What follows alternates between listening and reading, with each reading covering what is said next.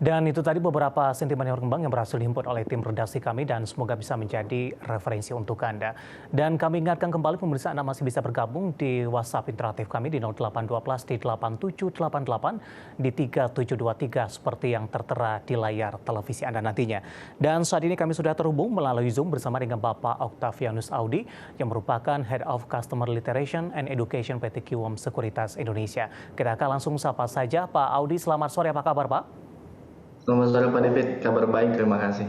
Terima kasih juga Pak Audi sudah meluangkan waktu di IDX Channel. Hari ini Dekar Saham Gabungan masih melanjutkan penguatan level 7.000, cukup kokoh jika dibandingkan dengan penutupan perdagangan hari kemarin. Penguatannya lebih jauh ke arah terbatas, terutama di menit-menit penutupan sesi kedua. Dan range pergerakannya di 740 hingga 7.067, level tertinggi secara intraday di sepanjang 2023. Bagaimana Anda melihat penguatan yang terjadi di sepanjang perdagangan hari ini, mengingat investor juga masih menunggu rilis beberapa data penting ini terkait dengan arah kebijakan suku bunga The Fed ke depannya? Iya, oke. Jadi sebenarnya kalau kita flashback sedikit, penguatan ISG atau capital market atau pasar saham itu sebenarnya di startnya adalah ketika Ketua The Fed Jerome Powell itu menyatakan sifat yang lebih dovish. Jadi artinya tidak ada kenaikan suku bunga lagi, tetapi memang yang menjadi pemberatnya saat ini khususnya di ESG. Karena kalau kita lihat 2-3 hari terakhir termasuk hari ini volume transaksi sudah mulai turun.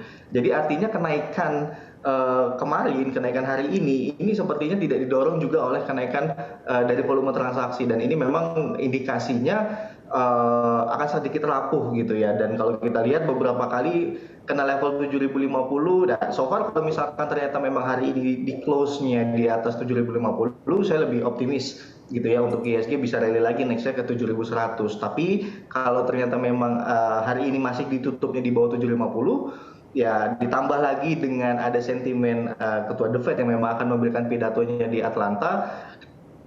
So far kalau misalkan memang nanti berubah arahnya, karena memang yang sebelumnya pasar ini sudah mengindikasikan bahwa ya tidak ada lagi kenaikan suku bunga. Ini tercermin juga dari data CME Group yang ditunjukkan bahwa sudah tidak ada kenaikan suku bunga, dan tetapi masalahnya adalah pemangkasan suku bunga itu baru terjadi diprediksikan oleh pasar itu adalah di bulan Juni tahun depan. Jadi kita bisa bayangkan higher for longer, dan ini memang sudah dimention juga oleh Bank Indonesia. Kita juga mesti hati-hati bahwa memang sepertinya pengetatan kebijakan moneter ini akan berlangsung cukup panjang. Ya, kita perlu tahu juga korelasi suku bunga terhadap pasar IHSG itu berkorelasi negatif. Jadi artinya kalau misalkan memang suku bunga ini akan tertahan cukup lama, itu motor atau dorongan untuk IHSG bisa ngeboost lagi ya sedikit tertekan gitu ya, direm gitu.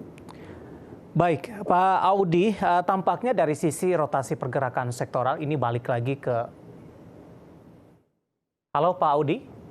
Ya, halo? Suaranya sempat terputus tadi Pak. Dari rotasi pergerakan sektoral tadi dari saham-saham infrastruktur, barang baku kembali menjadi pemimpin penguatan dari sisi sektoral Pak. Artinya ini kembali ke posisi rotasi di beberapa pekan sebelumnya ketika saham-saham big cap ini belum kembali unjuk gigi kembali untuk menopang indeks harga saham gabungan, terutama untuk saham-saham dari Prayogo Pangestu kembali tampaknya mendominasi. Bagaimana Anda melihat posisi ini? Apakah dari para investor kembali lebih cenderung wait and see? Kemudian bagaimana Anda melihat penguatan yang kembali terjadi untuk saham-saham dari Prayogo Pangestu, ada brand, BRPT, kemudian juga ada cuan di sepanjang perdagangan hari ini? Ya, saya pikir untuk beberapa hari ini memang pergeseran itu ya cukup dikategorikan masih cukup wajar. Kenapa? Karena mengingat kenaikan yang memang sudah terjadi beberapa dari pekan lalu ya, itu memang sudah cukup signifikan walaupun ada sedikit koreksi, tetapi akhirnya bisa pullback lagi.